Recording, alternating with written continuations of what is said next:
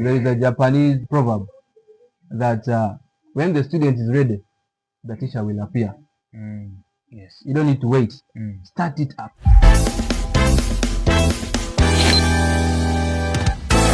Hello everyone, welcome to another exciting episode of the Flash Podcast. Of course, this is where ideas hit so fast, and with me, Romic, your host tonight, I have a leader, an innovator, someone who loves the youth because he's a youth, and he is called Ofoyrwoth Chopre Stewart. Thank you for joining us tonight. So before we go on, I want to let you know that you should hit all the social media handles, TikTok, YouTube, Instagram, X, whatever it is, at the Flash Podcast, because you're dropping this live. Make sure you like, you share, you comment, and we move on. Let's kick it right from here. Ofoyrwoth Chopre Stewart. Thank you for joining us once again. It's a pleasure. Could you please tell the listeners who you are? I know most of them don't know you. Well, manangu poda shakungo agamungo penjiperi. First and foremost, I would like to thank the management of the Flash Podcast, Young IC, Fila, Frenzy, and other members, even you, the host, Romic Official, for hosting me today. Yeah, it's the first of its kind, and I'm glad. I'm pleasured to be here, to be hosted on Flash Podcast. Then coming to your question, my humble names, Stewart Chopre Ofoyrwoth, Alur, and I grew up in Ebi Town. Yes. Foremost, I attended my primary. I started way back in Chopre Primary School, Igoli. I saw mu P1 to P2, Agama Dog in the primary kai. For P3 up to P6, 2013. Then I went to St. Monica Nursery and Primary School for my P7. That was in 2014. Adogi Maisha Adoga Adoki Nebi Town Secondary School for my senior one. Then Nebi Town in 2015, 2016, I shifted to that side of Kampala, Nambula High School, Gayaza, Nakasaja, for my senior two. Then 2017, I shifted schools, you know. 2017, I went to Lakeside College, Zira. Then 2018 also, I completed my UCE from there, Lakeside College, Zira. Then in senior 5, I started with Makerere High School, Nigade, along Bombo Road. That's where I studied, I think, only first term. Yeah, first term only. Then I faced issues. Yeah, we are financially constrained. Yeah, I think by then my dad didn't have the money to pay me to sustain me that side of Kampala. That was senior 5? Senior 5 first term. Okay. Then I had to come back this side of Orange SS Goli. Yeah, Orange SS Goli. I worked on second term, senior 5, 2019. Yeah, and I studied from there up to senior 6, 2020. We were affected by COVID. Yes. Yeah, so we completed from there, 2021, for my A level. Then I went to Kampala after my Form 6, which I applied under scholarship. I was taken by the government under district quota. Wow. I was given a bachelor's degree in human resource management. That was way back in 2022. And for medical measure, I did my bachelor's degree in human resource management from Makerere University Business School. That's MOBS, right? That's MOBS, which I completed this year in May 2025. In May. Yeah, now I'm pushing in Kampala, doing something small in my department, which I've studied. Otherwise, ati anyoli minebi ma pashimwati opposite to Paringa in Keni, Aparomera Bedi Keni, Mr. Utho, then for Madeketi that side of NDSS, near Dr. Shamik's Dotek. Yes. So basically I grew up from Nebi. Nebi is my hometown, is my everything. Yeah. Okay. That's wonderful. I think I'll not repeat anything from that, and it was so clear. You didn't mention Jakan. In Alur Mayokan, actually. Well, in the beginning, I don't go, but Pashimuati Golandisha, Golandinya Labur, but what we are Pangere Ngang, Rusi Kesha, Kesha Tuamabe, Pangerengang, Rusi. Yeah, but I don't get a bikini, so what are we in a bikini? Right. Tonight our topic is leadership, innovation and youth development in Nebi. And of course, when you talk about Nebi, you don't only stop in Nebi, we mean Alur Land. Alur Land, okay? So this is what we are going to discuss tonight with our host, my brother. Of course, being a youth, this topic also touches me. And I believe every youth out there will really learn something from this discussion tonight. So let's talk about your school life. How you started in relation to leadership. Did you go for any leadership posts while at school? I didn't mention in my introduction. I'm a Really, firstborn in a family of 5. okay, Yeah, I'm a firstborn. Already that definitely makes you a leader. makes me a leader. Yes. Yeah, I'm a firstborn in a family of 5. So I've been a leader even in at a family level. Then in primary, I think I was a timekeeper at St. Monica. I was a timekeeper. Oh. Yeah, I was concerned with time management. Which class was that? I was in P7, by the way. P7 and P7 and I was a timekeeper. Yes. Wow. Yeah. Of which I have a certificate. And then when I went to secondary, I didn't take much part in while at maybe secondary school, but when I shifted that side of Mukono, Nambula High School, I contested for mess prefect, but I was changed along the way to be assistant head boy, which I accepted because I'm positive. I believe in my capability. Okay. So I became assistant head boy. After that, in senior 216, Nambula High School. Then when I went to Lakeside College, Zira, in senior 217, I was a secretary patriotism club. Okay. And I stopped there for O level. Then when I came to A level, when it came to A level, I contested for UNSA speaker while in Ring SS. UNSA speaker, a position of which I held, and was also elected the chairperson YCS in the church, the Catholic Church. Then I was also appointed the chief judge debating club Ring SS 219 to 221. Okay. Then also I was elected as the students disciplinary committee, the secretary general. Yeah, of which I held 4 positions at a go while I was in senior 5. So Ring actually paved way for me so much because I was having like 4 positions, positions, and when I was in Form 5. So that kept me pushing. Even when I contested, when I went to the university, Macquarie University Business School, in my year 1, I contested for Garasi. Garasi is like an MP. Okay. You know, so I contested to represent my course, human resource bachelor's. Then I went through. I defeated my opponent, and I went for the second time. That was in year 1. In year 1, 2022, October. Yeah, for the second time I came unopposed now because I've delivered. Yeah, service-wise, I delivered for my constituency. Yes. That's when I contested. Now I push up for a real presidency position. So it has been a pattern. There has been a leadership pattern. It has not just come over time. Okay. Yes. Not Yes. something that's overnight. So it has been following. The leadership pattern has been since my childhood, being the firstborn like that. You know, I believe in myself, and so it happened like that. Okay, so interesting.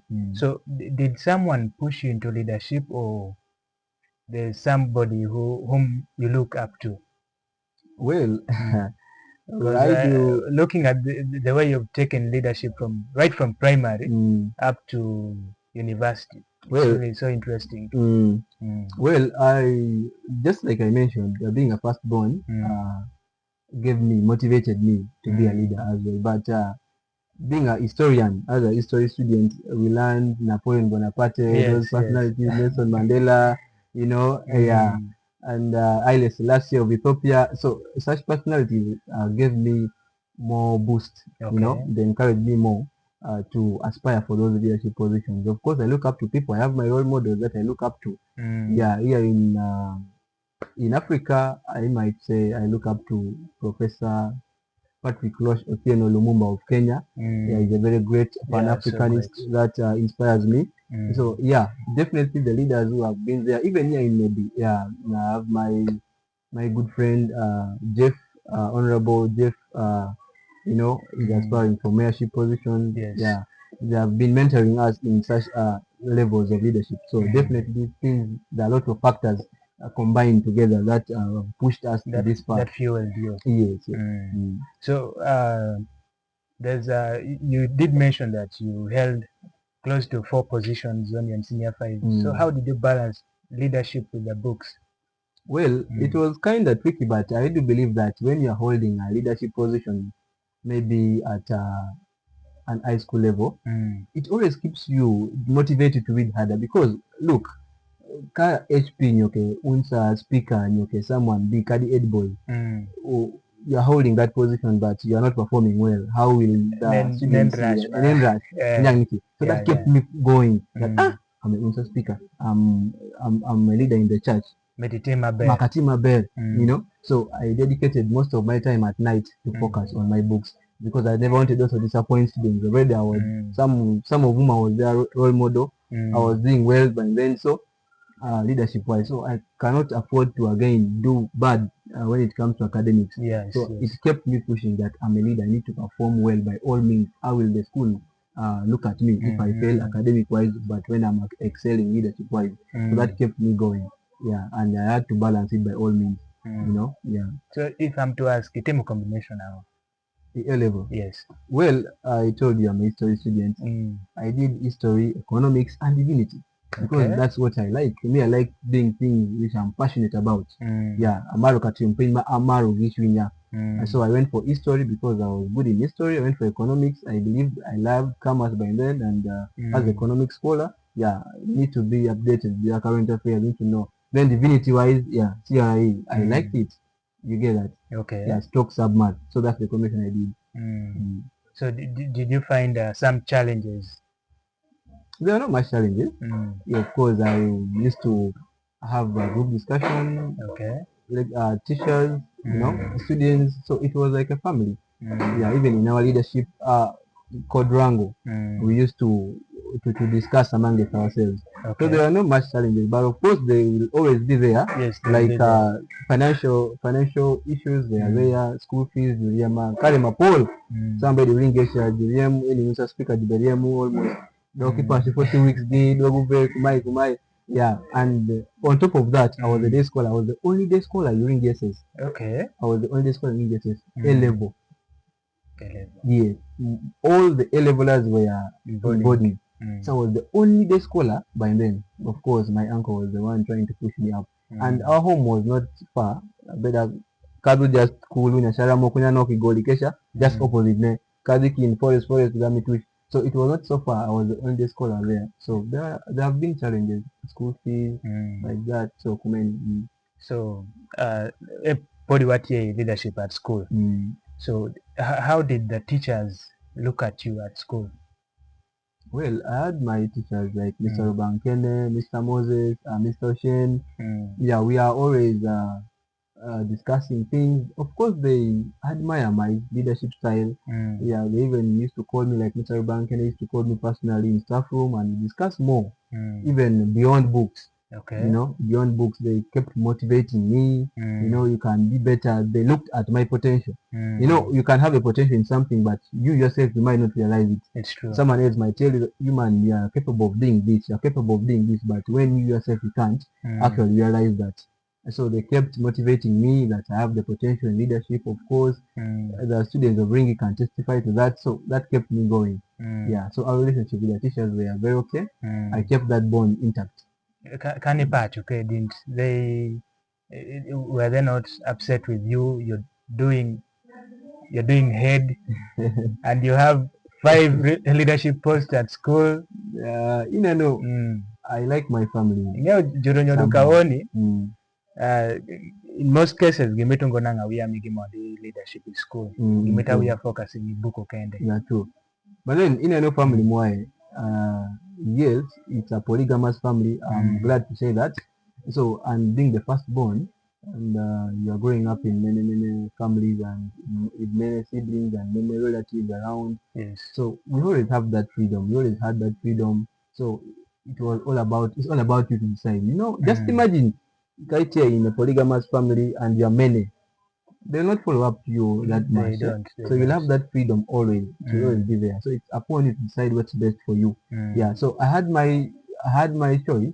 So I had my freedom to decide what is best for me. I even chose Ed. No one decided for me. So I went with it. they never had any problem with me participating in leadership, doing that combination. They never had that problem. By the way, they never even looked at my report card. Sure. Yes, even up in the university, no one up to university. Were you okay with it? I was okay because no one follows up, so it's up to you. Okay. The results come back. You advise yourself. You punish yourself. You encourage yourself. You motivate yourself. So that has been the journey, my friend. It has not been an easy journey, but yeah, we managed. Okay. Yeah, so they were okay with that. So not even at a certain point in time did you ask yourself, yeah, report again. Of course, I knew they would not even ask. My father can't even ask you. The only thing, ibesomu aya ber. Work tamiradi or ber. I mean like that. So, so that has been it. Okay. Ladies and gentlemen, any Alur Ofoyrwoth Chopre Stewart. He's a very dedicated youth leader, and make sure that you follow, you like, comment, and share this very episode with your friends, family, and everyone. This is the Flash Podcast, of course, with me, Romic, your host. So, still on leadership. Waneno, you watch me, but you're a good leader actually. Your high school, then you joined university. Immediately, you went into leadership. So, how did you find it in the university? Well, in the university, it was a different level because they were dealing with a lot of people. Danu matung tung tung, danu mu aite ngom Uganda matung tung, mokumu aiwanda gikanikani bisuru matung tung. Different kinds of people. You know, you are leading a diverse population. So it was kind of challenging, even to adapt to the environment. But all along, I'm a flexible person. Yeah, I'm a flexible person who believes in any kind of environment. Yeah, so it was not that much hard for me. Already I believed in myself.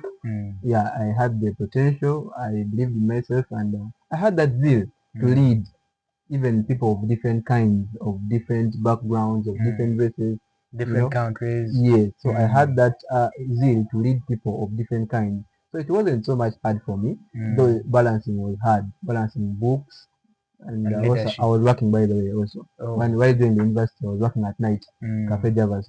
So I used to work at night, the whole night. I come in the morning home, I prepare, I go to the university. I'm a leader, and you have to focus on books. So it was kind of hard for me, but I managed. You know, I had that mindset that I'm a man. I'm the firstborn. Many people look up to me. Being a leader, I didn't give up. So that kept me going. First of all, the most important thing that kept me going was looking deep into my background, where I come from. You know, it's a polygamous family, and the background is not that good. Many people are looking up to you. Your siblings are looking up to you. So that kept me going. My background kept me going. Whenever I want to mess around, look back and see. Yeah, and also discipline. Discipline kept me going. So how did you manage to convince these people? Because being a first-year student, well, you know, in the university, it's kind of hard too to convince people to vote for you. But I went one-on-one. Okay. One-on-one. Like I could come to you, I discuss with you, I tell you my plans, my agenda. You know, Romic, I have this and this and this. You know, please believe in me and trust me with your vote. I'm going to do for you this. And so I went one-on-one, of which I took advantage of my opponent. He had that weakness. I'm not brushing him, but he had that weakness, so I took advantage of that. And besides that, I was real. I was myself. Yeah, I never had the money to run a campaign, but I knew. Did you have a team? Yes, I had a team. Okay. I had a team. Some of them, Amos Napier is my good friend, Yanyankore Kule from Kasese. Yeah, and some other people. So we had a team that at least we moved with. So I was real to the people. Okay. I was myself. I was not deceiving them that I'm going to give you money. No, I never had the money. So I was real to myself. I went to them, gave them my agenda, and convinced them to vote for me. I gave them a reason to vote for me. Yeah, that's why I was successful in that. Okay. Okay, let's move on to. Wait, you went in for another post after that? Yes, I contested for guild presidency. That's what everyone is waiting to hear. So what fueled you to go in for something bigger? Well, as a human being, you always need to aim higher. Yes. You shouldn't have limits. of yourself. They always say the sky is the limit, but to me, even the sky is not the limit. Yeah, there is no limit to your capability of what you are capable of doing. You are capable of becoming anything, of achieving anything, as long as you have a mindset that dictates what to do. When you have a positive mindset, you believe in yourself. The mind is a very powerful tool. Every battle is fought in the mind. So when you believe in yourself and you believe that you have that capacity, you have the ability to lead, you will go for it. So following my leadership pattern from high school coming into A level like that, so it also contributed. However, there are very many other factors that contributed to my aspiring for the guild presidency. Even the environment, the political environment by then, you know, there are some political gaps. So, and I had the support. I was the GRC in year 1, I was the GRC in year 2. I had the majority with me. People knew you. People knew me, and people had believed in me so much. And besides that, and above all, you always take the credit to God. I think God was guiding me, telling me, do this and this. But I also believed in myself. Yeah, the boldness. Yeah, the boldness, the courage, you know, optimistic. Yeah, I'm a very optimistic person. So all those factors contributed to my aspiring for the guild presidency. Okay. Yeah. So and many more other factors. How did the people around you react when you told them that you're going for this post? Well, I didn't tell anyone I was going to contest for guild president. At home, I didn't tell anyone except my one uncle who paid me in A level. Uncle, I called him OP. Why didn't you tell them? No, you know, when you have a plan, sometimes you don't need to tell people. Of course, they'll be against, and the party had contested in NUP. Yeah, NUP, and for them they believe that they're so much into this other party, the yellow party. So I knew they would even oppose me. So I just went for it. Yeah, there's this Nigerian actor, I'm forgetting the name, says that let the man go and hunt the elephant. If he kills the elephant, he's okay. If the elephant kills him, he's also okay. He's okay. Yeah. So I went for it, knowing that whether I lose or I win. So did they get to realize that you? Yeah, they realized that after the elections. Not even after the elections, after I'd made the decision. Okay. Because I used to go to UBC for talk shows. Yeah, Smart 24 TV. So they used to see me on TV and they could call me, but you man, we are seeing you. Are you aspiring for some position? I said yes, I'm in it. And I cannot make a reverse. I cannot come back. That I'm withdrawing. So sometimes you need to make a bold statement and take up the mantle yourself. Yes. You need to believe in yourself that you can make it. I don't need to tell everyone that you're going to do something. Of course, some people will oppose you, but at the end of the day, it's all about you and the people who believe in you. If you make a slight mistake or maybe decision to step aside, you would have disappointed the majority of people who believes in you. Yeah. So I didn't tell anyone except my one uncle who knew about it and he supported me financially. Then some of the other funds came from the party. They supported me heavily, and even some other well-wishers. Okay. Yeah. Then your friends, did you at a certain point in time did you get to lose some friends because of the party you've chosen? Well, that definitely will be there always.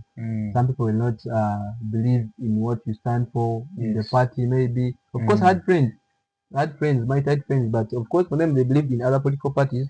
We along the way we had to part ways.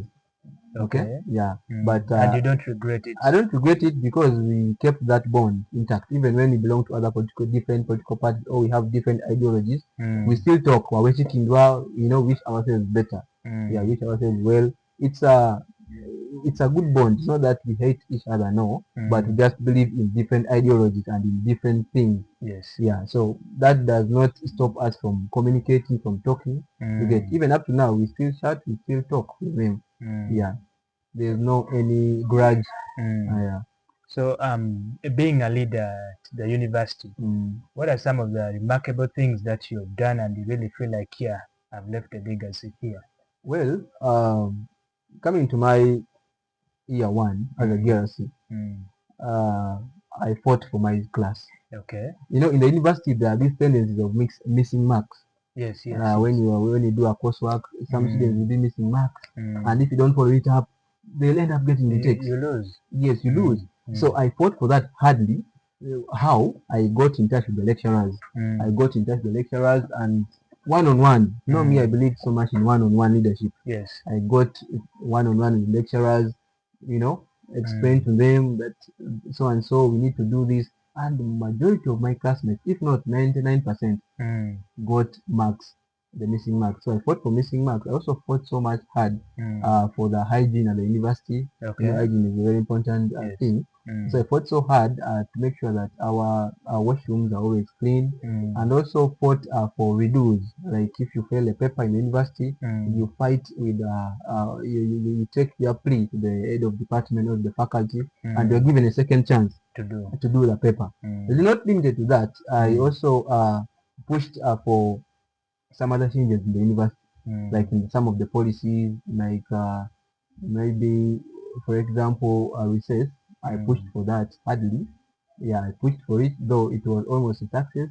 And then the new leadership, the new management came in, of which we had spoiled the other plans that we had. So I pushed very many things in the university. I created that bond, that friendly bond, that you don't need to look at me as a leader and fear me. No, look at me as your brother and come to me, we discuss. If you have some challenges, we discuss, and we find a way, we find a solution on how we can overcome such challenges. So I created that bond, that brotherhood, that togetherness, that unity. We acted as a unifying factor. We became one. So that was very easy for us to overcome challenges, academic-wise, financial-wise. Even when our friends, maybe one of our colleagues maybe loses a relative, a close relative, we could contribute. I personally could come up with a contribution sheet. We raise money, we pick a few from our class, we take, to escort the colleague. So we created that bond in our class, and also helped the university at large. People benchmark from us, other courses benchmark from us. Yeah, so I think I contributed. Yeah, not limited to that, but many more. Okay, that's so good of you. Apart from leadership, what else did you do at the university? Well, I was also working. I told you about that. Yes. So I also did lobby. I did lobby for my association, because I was also president of human resource, by the way.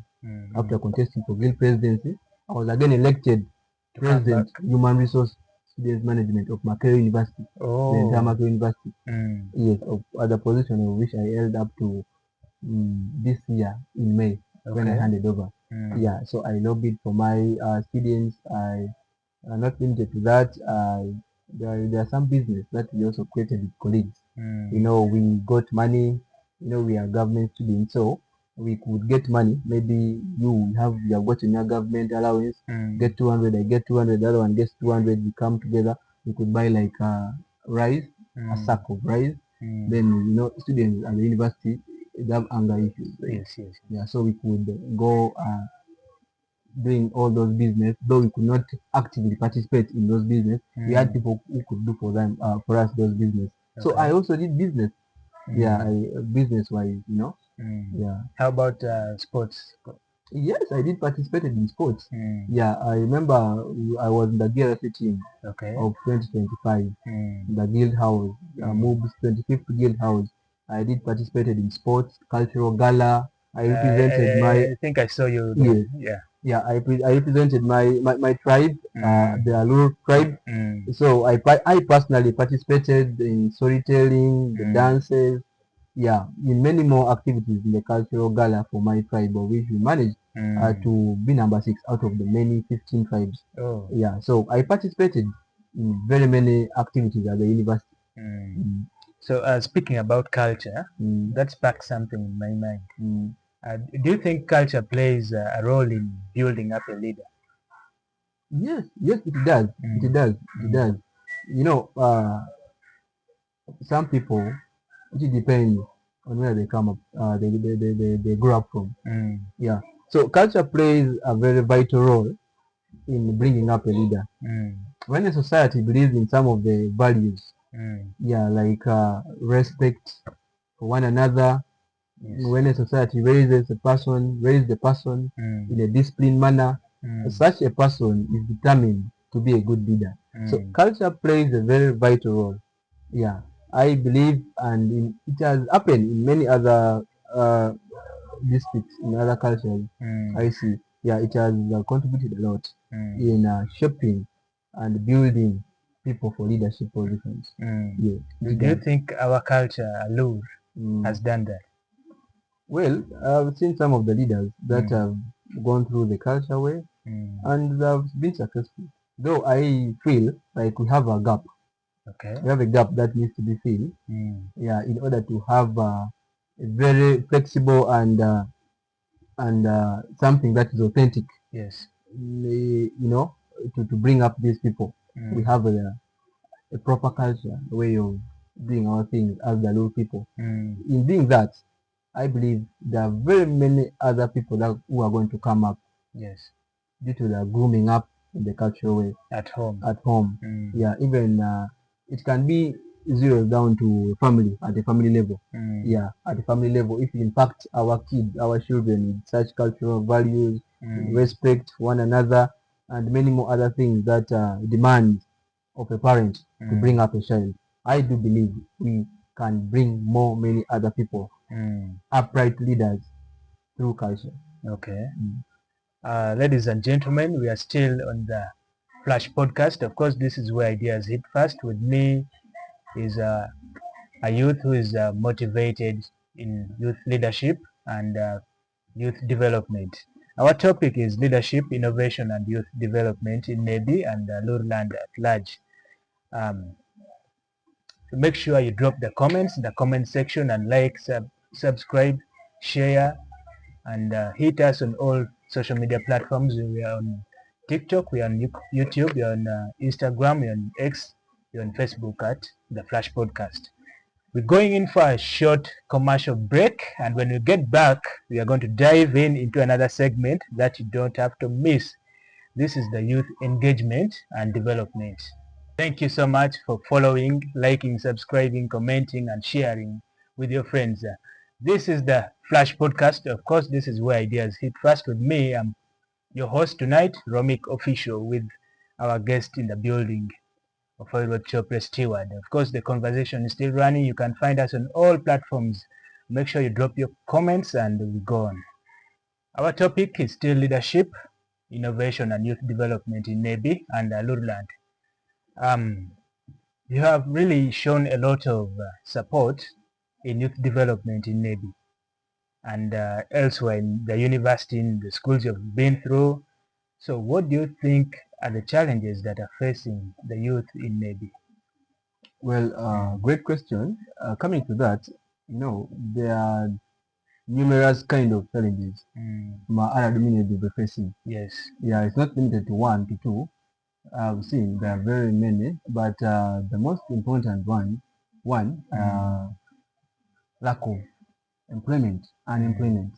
Nara dumapo gibeda beda, gibeti mungo pinmoku, gibedi dungudu kumeni gi, dimoku dong that have resorted to music, which is okay. They've resorted to borders, of which they are capable of doing more. Yes. You get that? But these people, they lack what to do, first of all.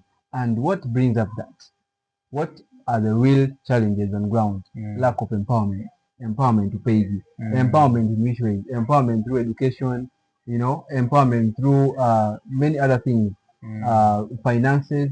So along the way, they end up being unemployed. Yes. So we have numerous kind of challenges that are being faced by the youth. But to summarize it up, two major problems that I've seen that the youths are facing. One, I told you, is lack of employment. Yeah, lack of employment and lack of empowerment. Yes. Unemployment and lack of empowerment. Okay, these youths are not empowered. Okay, of course, and there's a mindset. We need a proper mindset change for in order for these our challenges to be resolved. Yes. Or to be partially resolved. We need a proper mindset change. We need to have a mindset shift of what we want to be. We need to sensitize these people. Yes. And of course, all that comes, there's a leadership gaps between our leaders and the youth. You get that? So the leaders are not doing enough to engage these youths. They do not come to engage these youth, to find out the challenges they're facing. They only come during election time. That's when they come, form groups, they are going to give you money. That is short-lived. Yes. Do something that is long-term. Makangati, utimo konya inyanyima cha kada wiya pado nango beri kume. You see that? So the bad thing, these leaders come during election time that form groups, this and this, but they do not educate, sensitize these people on how to use it, how they should use the funds and everything. You know, a fund is something that can go even in 1 week. I can give you 1 million today, but if you don't know the knowledge of how to multiply it, you know, to make this money work for you, you will lose it even in 2 days.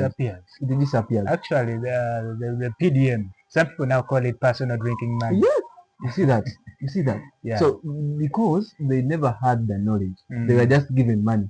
Of course, some have never even held like 100,000. So you come and give me 1 million when I've never crazy. I will go crazy. You get that? And I will use this money the way I want because I will be excited, you know, for the first time in my life. So such kind of thing. So we have a lot of challenges. Mindset needs to be put in place so as to overcome these challenges. Yeah. Okay. So every youth outside there, make sure you go into the comment section and write down the challenges that you're facing, and make sure you like, you subscribe, and share. So, as an aspiring leader and as a leader, of course you're a leader. So, what do you think the government should really do in the shortest time possible to put down all these challenges that the youths are facing? You know, this government has failed us over 40 years. They have failed to do these things in 40 years. So I doubt if they can come up now and try to solve these things in just 5 years. But anyways, I do believe the government can implement what we call mindset change. Yeah, I stick to that, and I emphasize on that. Mindset change is a very powerful tool. That if you empower me and if you come and tell me that I'm more capable of doing things, I will aim for it. Yes. We have majority of it saying maybe they are more capable of doing that. Then they are more capable of doing that. But there's no one who is coming down to them to tell them that you are more capable of doing this, to empower them. So in summary, the government can empower these people. Okay. They can empower them through scholarships. Yeah, they can sponsor these people to maybe different schools, universities.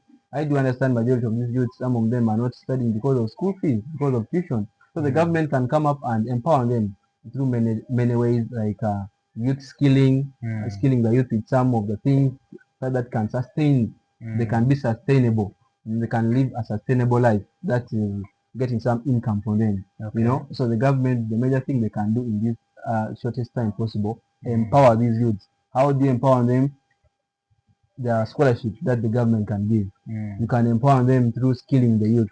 You can give them some of these business ideas so they can get up on that and give them the funds. You are capable of doing that. Yes. You have a lot in the budget, so you can empower them in such ways in the shortest time possible, so that they can have a good life. They can have a good life, afford what they are capable of doing, and afford to buy something to put on the table. Yes.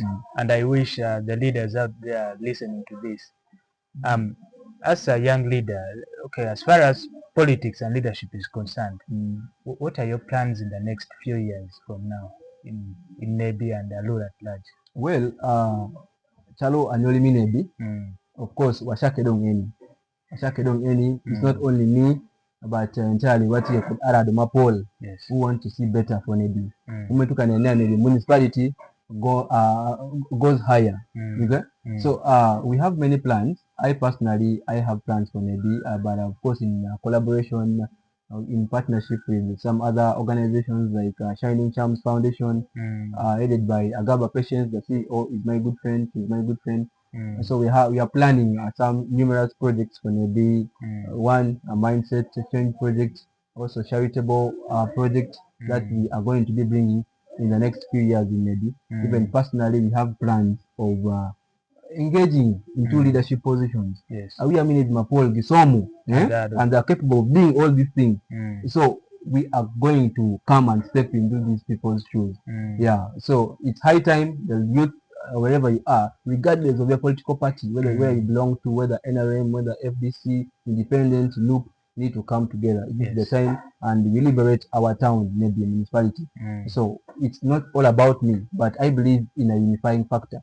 I believe in unity. Unity is a very key factor Yes. in achieving something. So if you want to achieve a better Nebi municipality, we need to come together as the youth and even other people, well wishers, to come and we gang up. You know, we do this thing, we can make it. We just believe in ourselves, be bold and courageous enough.